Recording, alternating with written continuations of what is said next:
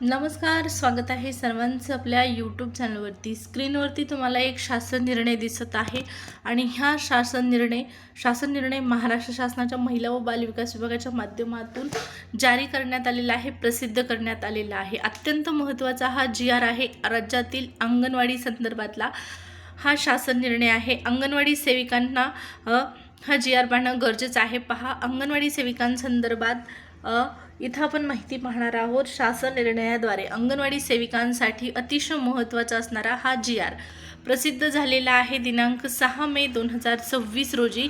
आणि या शासन निर्णयामध्ये नेमकी काय माहिती आहे जाणून घेऊया। तर इथं स्क्रीनवरती पाहू शकता, एकात्मिक बाल विकास सेवा योजना या केंद्र पुरस्कृत योजनेमधील ज्या अंगणवाडी केंद्रांना वीज सुविधा उपलब्ध आहे व त्याबाबत पोषण ट्रॅकर या ॲपवर नोंद आहे, अशा अंगणवाडी केंद्रांना दरमहा 500 रुपये याप्रमाणे वीज शुल्क अदा करण्यास केंद्र शासनाने संदर्भाधीन क्रमांक 1 येथील दिनांक 1/7/2025 रोजीच्या आदेशान्वये मान्यता दिलेली असून त्याकरता केंद्र व राज्याच्या हिशाचे प्रमाण एकूण 60-40 असे आहे। तसेच सदर वीज शुल्क अंगणवाडी केंद्रांना देण्यात येणाऱ्या प्रशासकीय खर्चांतर्गत देण्यात येणार आहेत।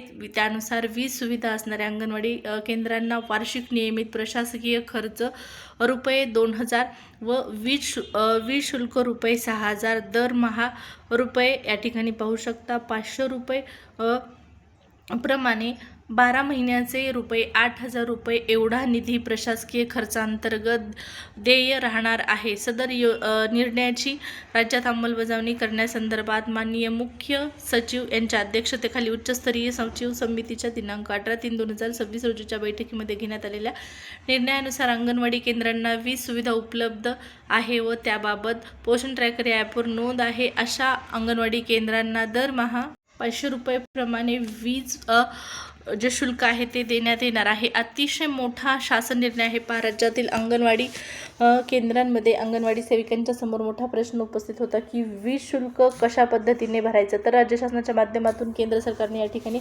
आपल्याला खुशखबर दिलेली आहे। पाहू शकता, केंद्र शासनाच्या माध्यमातून अंगणवाडी सेविकांसाठी म्हणजेच अंगणवाडी केंद्रांसाठी वीज शुल्क भरण्यासाठी दरमहा 500 रुपये याप्रमाणे वर्षाला 8000 रुपये इतका निधी जो आहे तो देण्यात येणार आहे आणि प्रशासकीय खर्चांतर्गत हा निधी देय असणार आहे आणि त्या संदर्भातला हा GR आहे।